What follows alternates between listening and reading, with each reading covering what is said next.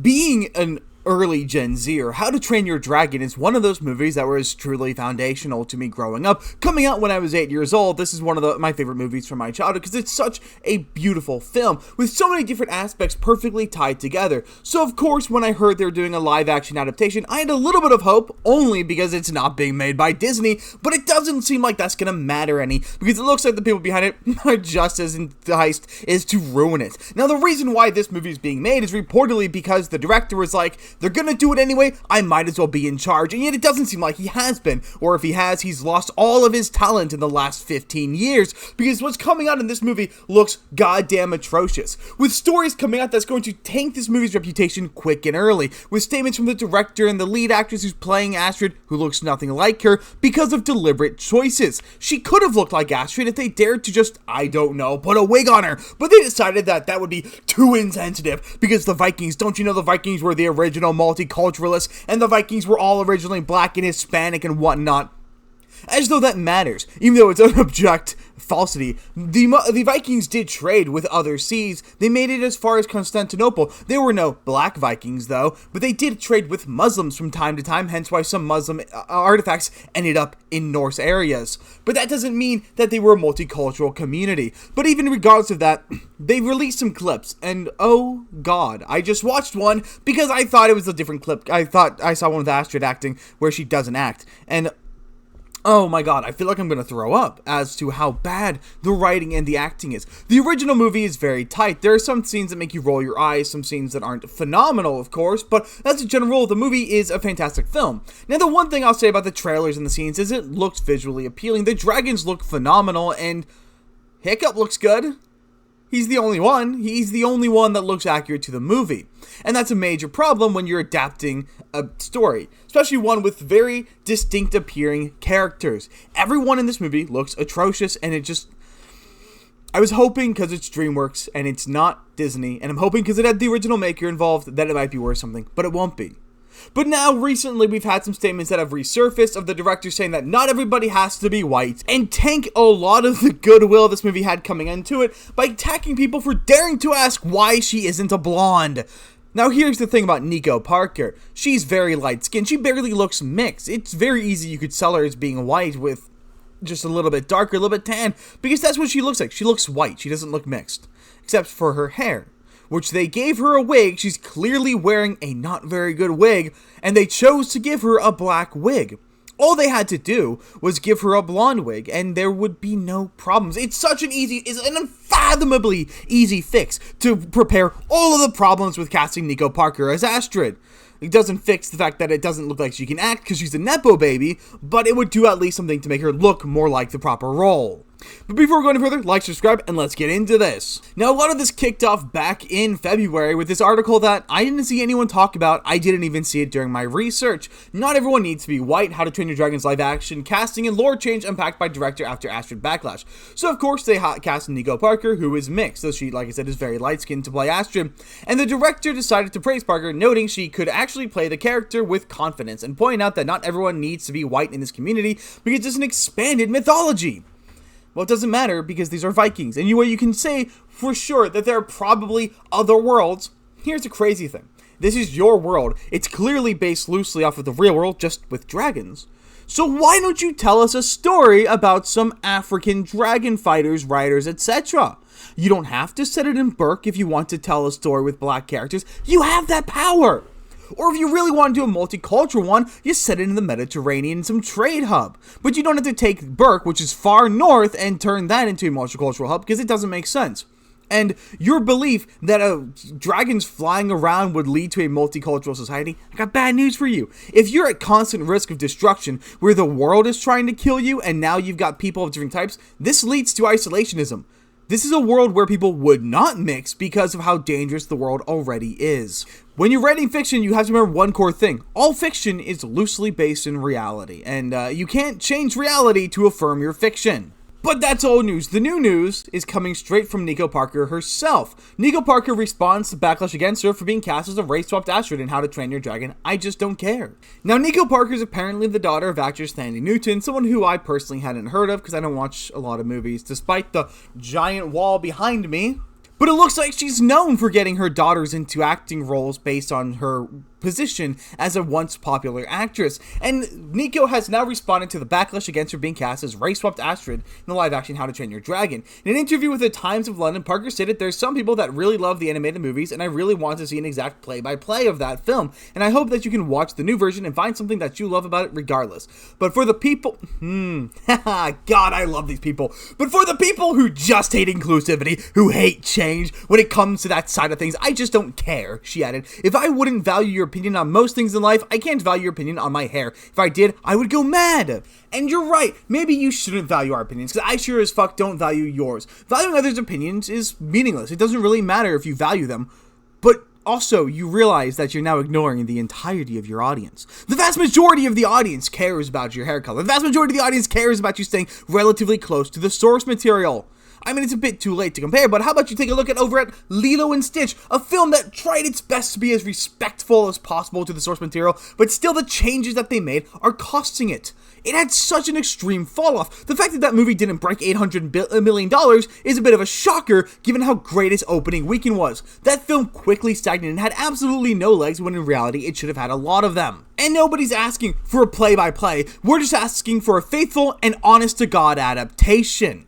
Problem is, when you're changing small things, it means you're going to change bigger things. If you aren't going to honor Astrid's hair color, which is such an easy thing to keep because she's wearing a fucking wig, then how can I trust you to keep the things that matter? How can I trust you to honestly give Hiccup the hero moment? How can I trust you not to give that over to Astrid when it's clear you're favoring her? And more importantly, it's not about hating inclusivity or hating change. They hate it when you change things for bad reasons, and this is a bad reason. Nobody gives a shit that Nico Parker is black because she doesn't look black. But even if she did, so long as they gave her the right hair color, it would lessen the blow. But you could do things with Nico Parker. You can do things with black people in this world. Doesn't mean they belong in this story. Just as there are a lot of stories where white people don't belong, and that's fine. There's nothing wrong with that. But what there will always be something wrong with is when you attack the audience, when you attack fans for daring to desire that their childhood films be slightly accurate to how they once were. You coming out here and just assuming that the people who have an issue with your hair color are only having an issue with it because they hate inclusivity and hate change. You're out here calling the audience bigots. You're out here calling the audience racist, hateful, and jerks. You're being incredibly disingenuous to them, and you are assuming that they have the worst intention, all because you have the wrong hair color. But it's not even about your hair color, it's about the color of hair that the outfit department decided to give you. If they just gave you an accurate wig, nobody would be complaining, at least nobody substantial, because once again, Nico, you don't look black. Parker went on to claim that her casting is an example of how Hollywood making progress. When I was younger, the amount of mixed race or black icons, people that I would look to on screen to be like, oh, this feels like me, felt really minimal in comparison to what it would be for young people now, and I think that's really special. No, the only thing special here are your needs. This has nothing to do with representation, because it never has. People don't need to see somebody who looks like them on screen. I haven't seen very many people with receding hairline, red beard, and a chubby body. I don't see that, and I don't need to. I don't need to look like people on screen because it doesn't matter.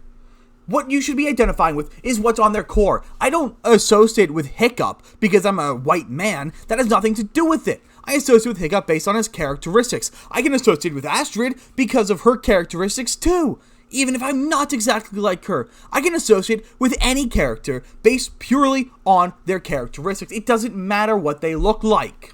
But how about you just keep your race-grifting narcissism to yourself instead of using it to tank a movie that probably cost $400 million to make? This movie, I guarantee you, wasn't cheap. And I guarantee you probably went under a good amount of reshoots because holy fucking the scene that they showed, that they leaked online, that probably did a good amount of damage in of its own right because it's so bad. Nico then continues to shove her horned helmet down her throat. There's still a long way to go for women in general in terms of new parts, original material, and female-led stories, but I think that everything's changing. I'd like to think that I could contribute to that change at some point. Well, you're not going to do it in this movie because this isn't a female-led movie, of course, unless you rewrote it to be, which I wouldn't put it past you. 25% different, 25% more diverse, and of course, replacing male leads with stronger, more powerful, and more independent female leads. I wouldn't be shocked if you did that because that's how you're talking. That's how things are being referred to by both the director and by you. And that's only going to cause more resentment towards your film and towards your little movement of progress. Remember, people only oppose progress in movies because you made them oppose it through your action and through your rhetoric. If you wanted a story about a black woman lead, then you could have made a new story. You didn't have to do that on Burke. You didn't have to do that on an established title. You could have gone to a different area in the How to Train Your Dragon universe. You can make spin-offs. They've made spin-offs of How to Train Your Dragon. You can do that. Go to a different place where there are dragons, a different nest, and you could have easily established something with a black female lead. It's only because of your hubris and your lack of creativity that you have to colonize what's already been made. But also the director, Dean DeBlois, previously addressed the backlash and criticism responding to a post on Instagram that stated, "I swear y'all have to let go of, oh, Astrid is white, not black. Okay, it's not about the color, it's about the acting, plus a Latina person of color voiced her, so what, are you gonna hate the voice actresses now?" No, because we don't care about the voice actress. We don't give a damn who's voicing a character so long as they align with the voice. Astrid can be played by anybody when it's animation because it's animation. She was white in the cartoon because it's Burke. It's a Viking community, which means it's an exclusively homogenous community. Your voice actress can be whatever it is because she doesn't have to look like the character to voice act her. Problem is, when you're hiring live action, especially an adaptation, part of being the right actor for the role is looking like the role. And to be very clear, that isn't just an Astrid problem. In fact, looking at this, one person is right for the role, and that's Fishnot. That's it.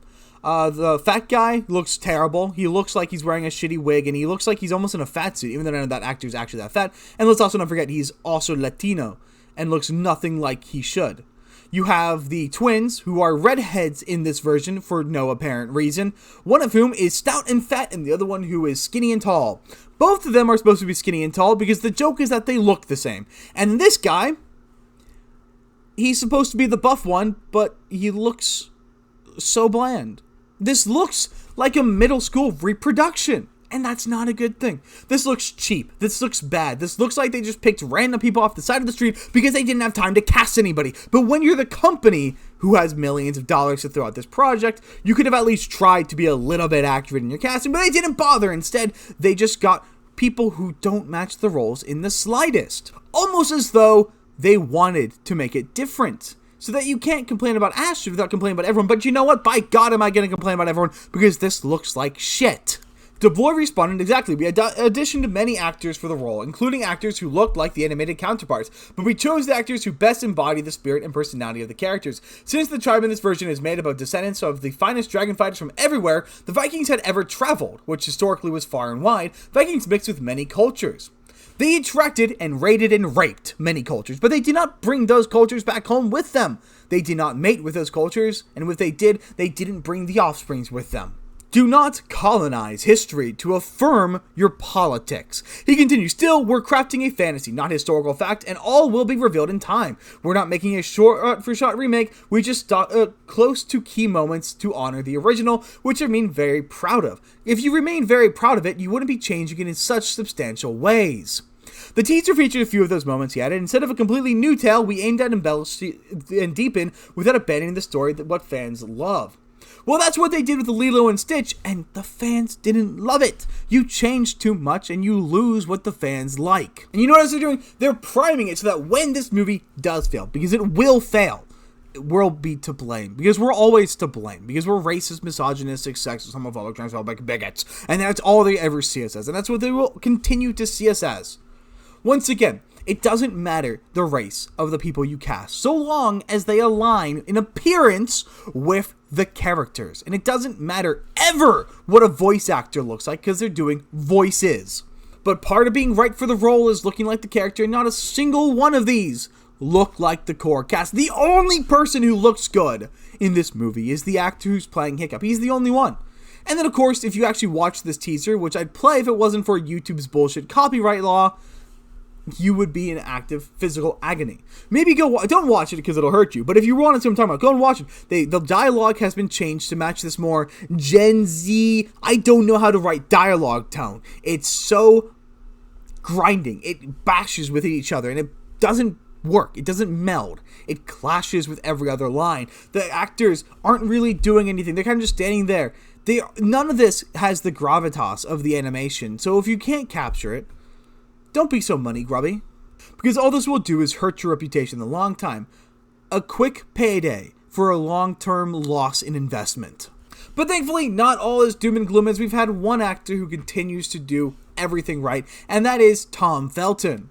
He is a shining beacon of how actors should respond to these kinds of criticisms and these kinds of comments, as he was recently asked about J.K. Rowling and gave out the perfect response. I'm not really that attuned, Felton said when asked about Rowling's ongoing controversy. The only thing I always remind myself is that I've been lucky enough to travel the world. Here I am in New York, and I've not seen anything bring the world together more than Potter, and she's responsible for that, so I'm incredibly grateful. Doesn't talk about the controversy, doesn't attack anybody for engaging in the controversy, and just is humble, is honored. If Nico Parker went on there and said, I know I don't look like the Astrid that you love, I know I don't look like the Astrid that you thought I should be or that I embodied, and I apologize for not being what you had in mind, but I promise to do my best with this role and do well enough to make you proud. If she's something along those lines, how that she truly wants to honor the character, then people wouldn't have an issue. If she went out there and she said that she's going to do her best despite not matching what she looks like in the animation, if she was grateful to the audience, if she was honest with the audience, and if she showed any kind of respect for the audience, people would be talking about her differently, and that would get her a lot of respect. Or you can do what they've been doing for years, what's been failing, what will continue to fail forever. If she just showed a little bit of gratitude, a little bit of reverence, and a little bit of honor towards the fans, nobody would be upset with her. Nobody would care, because all we want is to be respected, and so that we can respect you back. We want these products to succeed, not to fail, but you can't change our minds through berating us, through maligning us, and through attacking us. You can't change our minds through force, you must do it through politeness, through honesty, and through reverence. If you don't show us that you honor the fans, then the fans will never honor you, because without us, you are nothing. Without the fans, you don't make money. Without the fans' respect, you don't draw eyes. And these movies, with budgets constantly increasing, need us more than ever. With this movie coming out tomorrow, you probably failed to save any of that goodwill. It's too late for you to come out here and apologize and play nice and make good. I just hope enough people hear what this bitch has to say about us so that more people can know how to vote with their wallets. But that's pretty much what I've got. Let me know in the comments what you guys think about this, and I will see you guys on the next one.